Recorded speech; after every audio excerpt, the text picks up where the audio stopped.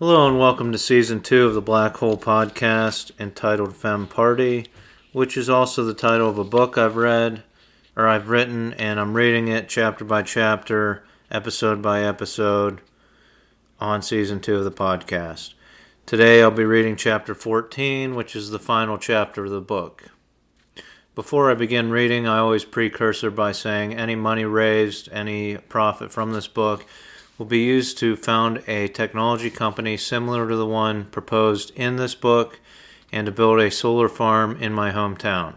So you can find the book by going to Amazon Kindle and searching Femme Party, or you can go to either of my websites. You'll find a link on them, mitch4mayor.com, that's Mitch, the number 4mayor.com, and plotm.com, that's plot, the letter M.com. So let's get started with Chapter 14. Lucy Lowe is at her artist studio in New York City. Also in the space is a journalist from the Washington Post newspaper. She clears most of the campaign staff out of her studio. Levy Tram stays in the studio and offers the journalist a water. The journalist and Lucy take a seat. The journalist begins, "As President of the United States, what would you do in your first 100 days?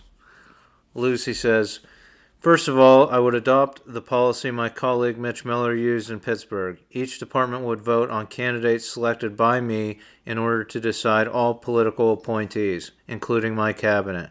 I feel that the most efficient and democratic government will come about in this way.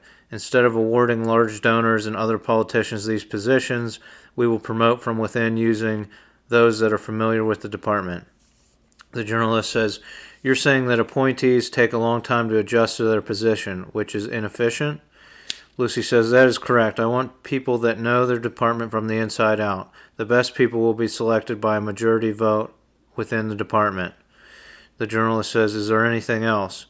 Lucy says, "I would put into motion the goals of the Femme Party, namely establishing 2 branches of the United States military as entirely female and beginning the transition of the FBI from co-ed to entirely those that identify as female." The journalist says, "Do you have concerns about the FBI not being able to field male undercover agents to complete their mission?" Lucy says, "We can always form a task force where we borrow male ATF or DEA agents to complete these types of undercover tasks." The journalist says, "Shifting from goals to policy, how do you feel about campaign finance reform?" Lucy says, "I think that if you cut TV out of campaigning, you will even the playing field and see real reform. Billions, if not trillions of dollars per election year are used on television ads. The first thing I would do is make attack ads illegal. This simple step of banning attack ads would open the door for more reform. We don't need to advertise on the television to get our platform out. In fact, these short ads very rarely outline the content of a candidate's platform. We have print media and the internet to allow people to research our platforms. Cutting television out of the process would make candidates actually have to think about the content of their platform instead of using emotional appeals to the public. You may have noticed that I have made no television appearances since my nomination and have only used print media in my campaign." The journalist says, "I have noticed. But what else would you do?" Lucy says, "Campaign finance reform is about leveling the playing field so that a farmer in Iowa can run in the same election as a Harvard graduate, and they reach roughly the same amount of people. I would start an initiative to distribute grants to localities throughout the U.S. These grants are intended to be used to build a website where every local, state, and federal candidate for that locality is listed. These candidates are able to put up to an hour of video on the site under their name, as well as 1,000 pages of text describing their platform. We could make these websites easily accessible at the federal level by building a zip code searchable directory for these sites. One easy website you can type in and be directed to the candidates that affect your life. After the websites are established, the grant program will continue by creating a standardized government budget software. This software will be used by all governments nationwide so that even the small municipalities can post their budgets to their site. A standardized software would allow candidates in any race in the nation to download the software and upload the budget. They could then go in and adjust the budget numbers to the level that they would like to run on. Nobody likes political ads, so why do we let politicians run them? Eventually, we can move to ban all political advertising except for direct mail and door-to-door knocking. The only materials that can be distributed is a print packet that outlines the platform and budget for a candidate, or a USB drive that has the standard allocations of 1 hour of video and 1,000 pages of text plus a budget. The print packet or USB drive can be distributed through direct mail or door-to-door. The print packet is for those that don't use a computer, and for the rest that have computer access, the USB can be distributed.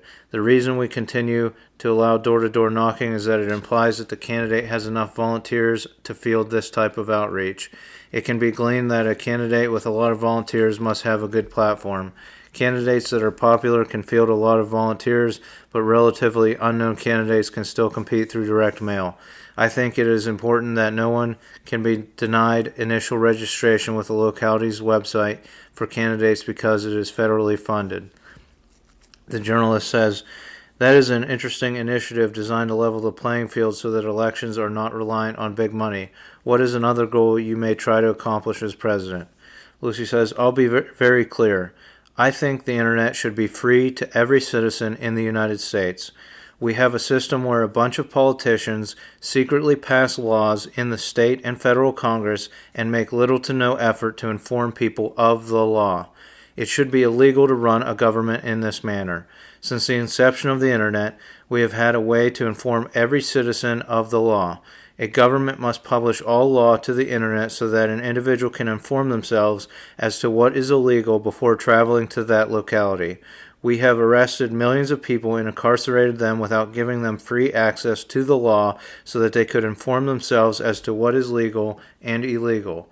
The federal government should be ashamed of themselves and should subsidize the internet for all citizens. If the government is going to say it is up to the individual to know the law, then it should provide the means by which the individual can become informed as to the law. At the beginning of this nation, every citizen would have had to receive volumes of books to understand only the federal laws, which is a costly project. Now those volumes of pages can be accessible through the internet at little to no cost to the government. The journalist says, how would you propose granting free internet to every citizen? Lucy says, again, I revert back to the local level. If a president can use the military to build infrastructure like a wall on the border of Mexico, then surely we can find a way for the military to build a high-speed internet infrastructure for local localities. We cannot seize the cable infrastructure like they did in Pittsburgh, but we can offer a public option. Our military could become the best at establishing a cable infrastructure in a city and then relinquishing this network to the city to provide low-cost cable and free internet. Most major cities have two options for cable and internet provider. I am suggesting that the military builds a third option, the public option, so that citizens can choose who they would like to use for their data needs. The public option would compete with the major cable companies. Once the network is established, it would receive no subsidy from the federal government, and it would be up to the local authorities to come up with a business plan that includes free high-speed internet to all of its citizens. This strategy, combined with subsidizing mobile carriers to provide free broadband in rural areas, could deliver free internet to everyone. It is what the people want, it is what the people need, and after years of mass incarceration, it is what the people deserve. The journalist says, is there anything else you would like to add in closing? Lucy says, if elected, I will do everything in my power to deliver on these promises. My record speaks for itself. I am affiliated with companies that empower people to make money from their property and invest in green infrastructure.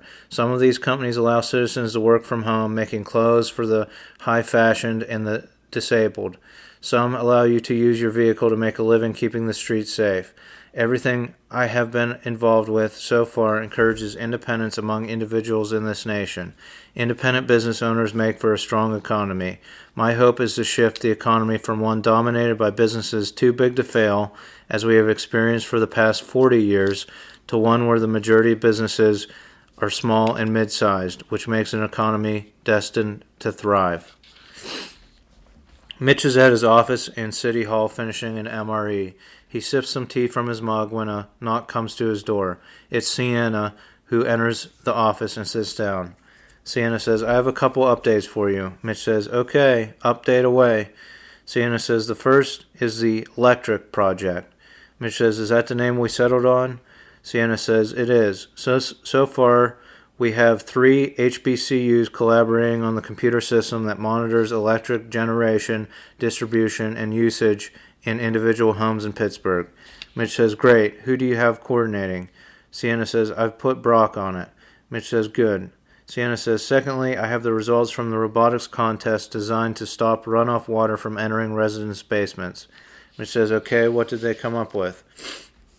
Sienna says, the winner is a robotic system that disperses a synthetic liner along the outside of the foundation.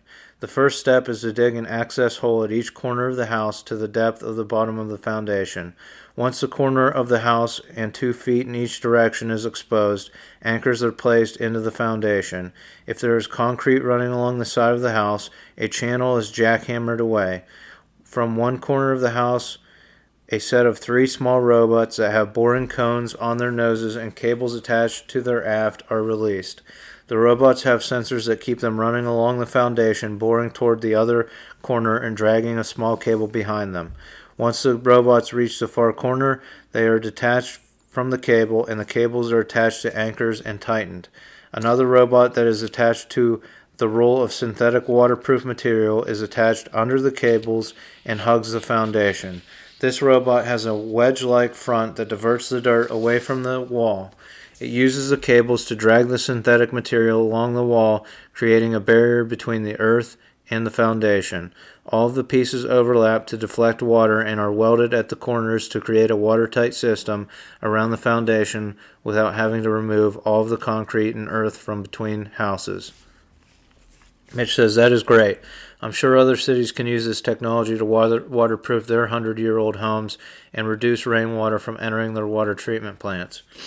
Sienna says, the runner-up doesn't focus as much on sealing the foundation as it does reducing the rainwater by collecting it.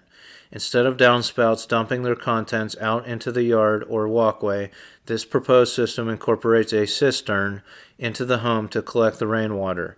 The house would have a separate plumbing system for the toilets than it does for the rest of the home's plumbing fixtures. The water from the cistern is used to provide water to the toilets in the house, which don't need potable water to function. The key to this system is a special valve connected to the regular plumbing. This valve automatically detects when the cistern or water tank is empty and provides potable water to the toilets. The water from the cistern is filtered for particulates and then enters this special valve. The valve uses the water pressure from the potable water system to pressurize the water from the cistern to be pushed through the plumbing to the toilets. This means the cistern would not rely on gravity to feed water to the toilets and could be located in the basement of the home. Mitch says, not what I expected, but this system could be incorporated into the structure of the home when it is being rewired for the electric system in order to recycle rainwater. I think it could also be useful in our project providing shipping container homes in underdeveloped nations. Great job, Sienna. It is a quiet evening at Doc's farm. Mitch and Major General Gall are sitting on the back deck looking over the large solar panel array in the field beyond. In a few strategic positions, some windmills are churning. They are each sipping a glass of Johnny Walker Neat. Mitch says, it's pretty amazing how all this came together. General Gall says, your hometown is totally energy independent. Mitch says, have you given any more consideration to allowing us to sell the smartphone and laptop we developed to the public? General Gall says, the Pentagon isn't ready yet. Strategically, it doesn't make sense. Mitch says, from a business perspective, I have to make some strategic decisions as well. I have a few prototypes of some devices we would like to release to the public. They use the same battery system as the phone and laptop and will put us in good position to have a supply chain for the batteries if, and I hope when, the Pentagon does approve. General Gall says, what do you got, Mitch? Mitch says, as I explained before, we developed a vaporizer designed to help people quit smoking. There are 2 versions. One is just a simple vaporizer that attaches to the end of the battery. The other one is the same design, but has a smart chip in it designed to pair with a smartphone app. It's the second one we want to release to the public to help quit smoking. The smart vaporizer tracks how much nicotine or caffeine was consumed per day, hour, or minute. It is designed to track consumption for weeks or years, much like a Fitbit. This allows people to see if they are reaching their goal of quitting nicotine or caffeine. Handling the vaporizer, the general says, interesting. No cigar, but interesting. Mitch says the other prototype is an electric razor and beard trimmer. It uses the batteries, or it has a plug that screws into the body of the razor. The razor can charge a battery or run without the battery screwed in. I came up with the idea when I realized there was a scam going on with the razor industry. They only make electric razors that run off battery, and it is extremely hard to find one that runs off electric power. Once the battery deteriorates in these razors, they are useless and must be thrown out. General Gall says, sounds like something for Zen 10. Mitch says, it's part of the reason I came up with the site. What makes this razor different is that we have full confidence in the electric motor. Rather than relying on batteries to wear out to sell another razor, we encourage you to burn out the motor doing other things. You see, the head of this razor pops off. It has a head for shaving face or legs. It has a head for beard trimming, and it has 15 heads for sanding artisan wood trim. Say you have an ornate entry door with small concave trim, 3/4 inch round trim, and crown molding. We have a head designed to get into the nooks and crannies of all these types of trim. We designed the heads to fit the 15 most popular types of decorative wood trim, and we sell the sanding pads separately. General Gall says, that is the bee's knees. You can shave and you can refinish trim with the same instrument? Mitch says, that's right, General, and I'm hoping the Pentagon will allow us to sell these two products so that we can make the production of these batteries cheaper. General Gall says, it shouldn't be a problem getting these approved. I'll run it up the pool when I get back to Washington. The press is gathered at the City-County building in Pittsburgh. It is not very often the mayor of Pittsburgh gives a press release, so the room seems packed. Mitch enters the room in a suit and tie and steps up to the podium. Mitch says, as many of you know, the state of Pennsylvania has been fighting us on our way of enforcing law in this city. Now that we have our own cable system in this city, I would like to introduce the new Neighborhood Watch platform. This platform is launched in partnership with the ride-sharing app DD and intended initially for those over age 65 and the disabled.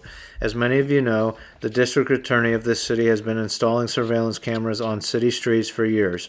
The Neighborhood Watch platform is designed to put these cameras to use. The platform is available through our cable network and streams video from these cameras to the homes of the disabled and 65-plus citizens. Citizens can watch 4 cameras at a time through a split screen on their television.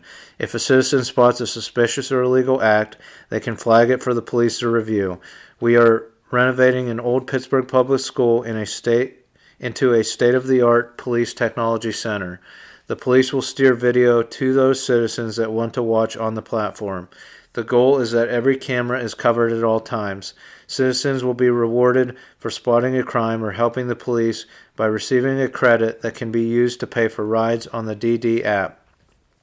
Some of the funds for compensation to citizens will come from fines levied for crimes, and those funds will be matched by the DD app. To address the concerns of the state on how we enforce our traffic laws in Pittsburgh, the Neighborhood Watch app has another feature. Most traffic violations are resolved at a bench trial decided by a judge with no jury. Many of our traffic tickets are being thrown out because of attorneys arguing excessive enforcement. To mitigate this argument, the Neighborhood Watch app is going to allow for a jury of 12 to decide on only traffic violations before it is sent to a judge. When a citizen logs into Neighborhood Watch, they can either monitor cameras or sit on a jury.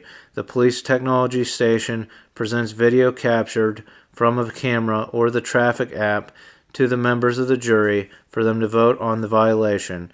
Just as regular juries are compensated, so are juries on the Neighborhood Watch site.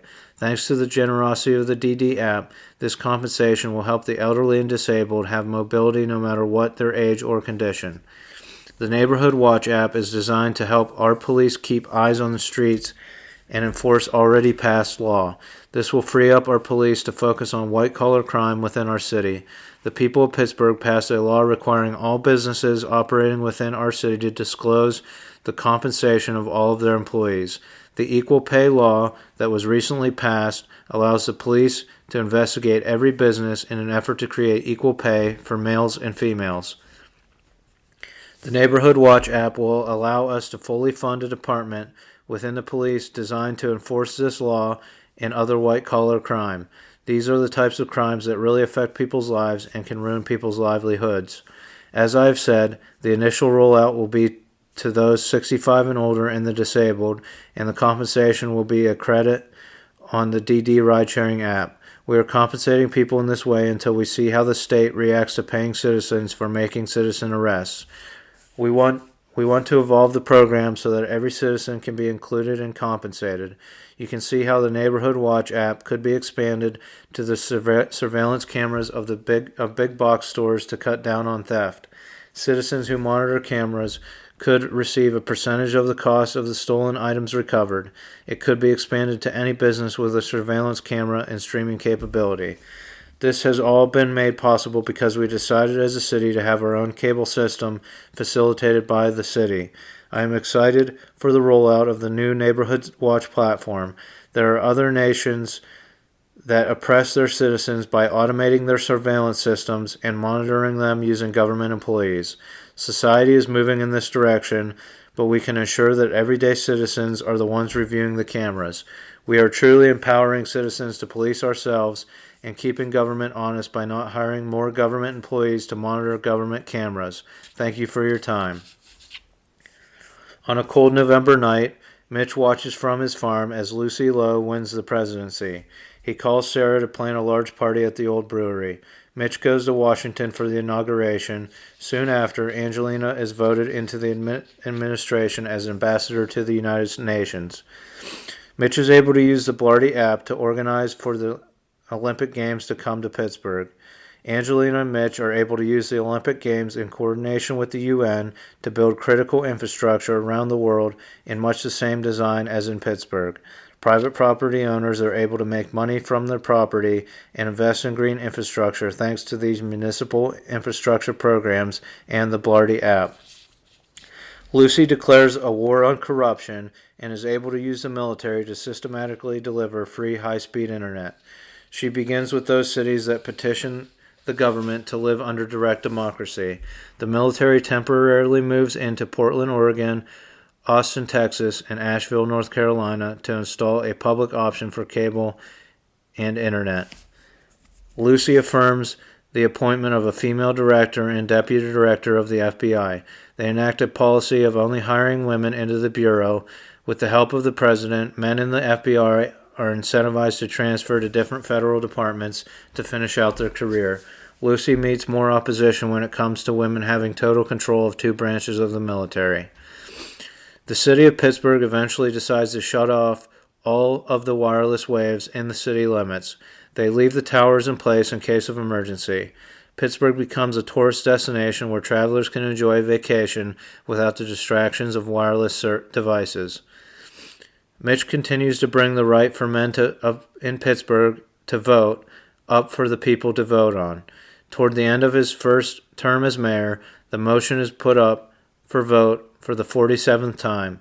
Not able to vote, Mitch goes out to a restaurant the night of the deadline for the ballots to be cast. A waiter approaches the table with a silver platter, dragging a cord behind it. Setting the platter on Mitch's table, the waiter pulls the cover off the platter, revealing an ornate rotary telephone. The waiter says, "You have a call, Mr. Miller." On the other line is the President of the United States, Lucy Lowe. Mitch says, "Hello?" Lucy says, "Have you seen the vote?" Mitch says, "No, I'm eating dinner. What happened?" Lucy says, "You're finally allowed to vote. Don't screw it up." Mitch says, "I was able to vote for my city councilor and you." Lucy says, "Now you can vote on everything. By the way, have you ever thought of running for governor?" Mitch says, "I'm happy right where I am." And that's the end of the Femme Party novel. Thanks for listening. I am dedicating this book to my grandma, Ruth Miller, so in loving memory of Ruth Miller. And I want to thank Aaron Bruckert for helping to edit this book. Appreciate his help, and I gave him an editing credit on the Kindle. So before I get to this final rundown of the sponsors, there are technology ideas in this book that I hope get developed by another technology company or a technology startup that's founded by someone, or I've kept some ideas that I'd like to develop myself in a technology startup and make that as season 3, the play-by-play on a technology startup. I'm looking for computer science people to partner up with me. I want the business to be totally transparent, so I'm going to bring things up for vote, issues that the business runs into, run them through them on the podcast, and then we'll bring them up to vote by the investor class, either through email or a website. I've saved some money to invest in the technology startup as my partnership share, and I'm looking for computer science people to partner up. So if you know a computer science person, or you are a computer science person, you can contact me through my websites, mitchformayor.com or plotm.com. There are contact forms on there, and it'll go to my email, and then I can email you a description of the social media platform I am proposing. It is a social media platform designed to fight misinformation on the internet. I think it's something that we need. I think it'll make the internet a better place and the world a better place. So, that being said, now to our sponsors. Are you planning a trip to Incheon, South Korea? Well, no trip is complete until you've stopped at Liquor Burger. Stop by and get a burger and a mug of suds today and tell them Mitch sent you. Stop by Liquor Burger. Looking for camping in Utica, Pennsylvania? Look no further than French Creek Farm. Located along French Creek, you can stay in any of the sites right along the creek, or the trapper cabin or cottage. Make your reservation today and kayak right into your campground. While you're in Utica, why not get yourself a beer at Krabby Kelly's? With a wide selection of beer and a full bar, stop by Krabby Kelly's and sit by French Creek and the Utica Bridge. Have a dip in the creek and get yourself a frozen cocktail today at Krabby Kelly's. Go to Krabby Kelly's for all your STDs. That's snacks, tobacco, and drinks.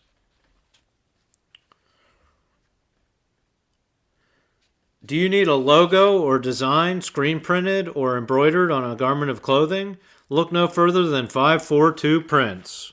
Go to 542prints.com today and contact us with your next design and logo idea. Finally, would you like to help found a media company for disabled people by disabled people? This podcast is part of it. Also, check into Disability TV. It's a channel on YouTube. Search Disability Space TV today and look into outdoor videos of hiking, biking, and kayaking in HD today. So that's it. Thanks for listening. If you have questions, comments, you can contact me through my websites, and I'll keep you anonymous unless you want to be mentioned on the podcast. And maybe I can field a couple more episodes of just questions and comments and me fleshing out the book a little bit more. Otherwise, I'll probably do another update, but I'll wrap the end of this season coming up in the next couple months. All right, and remember, vote for Mitch for mayor of Pittsburgh. Thanks for listening. Take care.